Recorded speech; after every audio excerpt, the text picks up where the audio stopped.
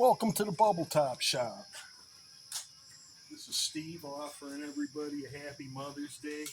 It's been a while since I talked about my narcissist stuff. Hey, and we got Taco, the Bubble Shop top dog. Always willing and able.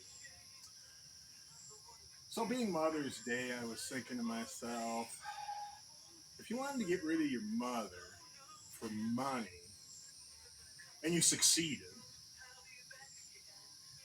do you, on Mother's Day, do you feel bad? Probably not. Every narcissist I ever met, they have no conscience at all. Nothing.